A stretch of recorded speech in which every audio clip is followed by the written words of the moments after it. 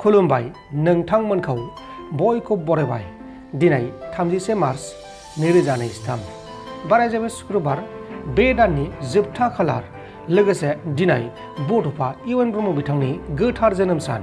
फैदो दिनैनि खौरांफोरखौ बेखेवनोसै। बनसु आफादा रौना होलांबाय।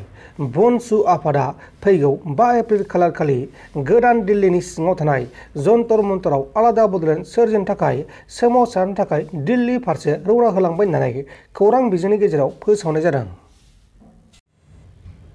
मोनसे गिख्रंथाव लामानि जाब्रबथाय जादों। बे गिख्रंथाव लामानि जाब्रबथायाव मेट्रिक आनजाद लिरनो थांनाय गोबां फरायसाफोरा गोब्राब जोखोम जादों। धुबरी डिस्ट्रिक्टनि सिङाव थानाय इन्दिरा गान्धी र'डआव गंसे ई-रिक्सा आरो गुबुन मोनसे गारिजों मोगा-मोगि खर'जों खर' सौग्रावनानै जाब्रबथाय जानायाव मेट्रिक आनजाद लिरनो थांनाय गोबां फरायसाफोरा गोब्राब जोखोम जादों। फरायसाफोरा गोरलै बिगियान आयदानि आनजादखौ लिरनो थाखाय थांनाय समावनो लामा ससेयाव बे जाथाया जादोंमोन। उनाव जोखोम जानाय फरायसाफोरखौ धुबरी मेडिकेल कलेज एन्ड हस्पिटालाव लांनायबो जादों आरो पुलिसआ जाब्रबथाय खालामग्रा गारिखौ हमनानै लांनाय जादों।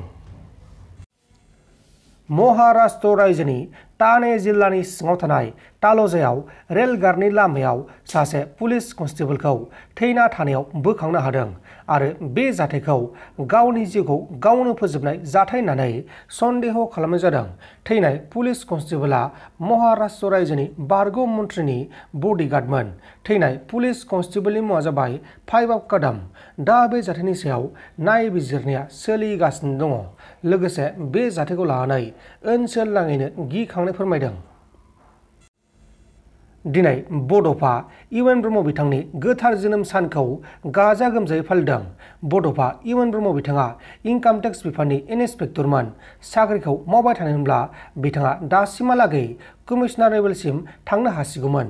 नाथाय बै समनि ट्राइबेलफोरनि आरो बर' हारिनि दुखुनांथाव थासारिखौ बिथाङा नोजोर लाखिनानै बे साख्रिखौ गारनानै एबसु आफादाव बिबान लानानै आलादा रायजो बड'लेण्ड सोरजिनायाव ओंखारबोदोंमोन होननानै आसामनि मन्थ्रि उरखाव-गोरा ब्रह्म बिथाङा रोखा बुंथिदों।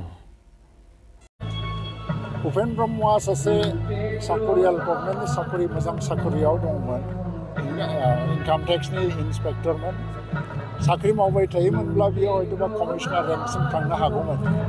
नाथाय बै समनि ट्राइबेलफोरनि मेनलि बर'फोर आरो ट्राइबेलफोर आसामनि आयेननि ट्राइबेल बिसोरनि जि मोनसे दुखुनांथाव थासारि।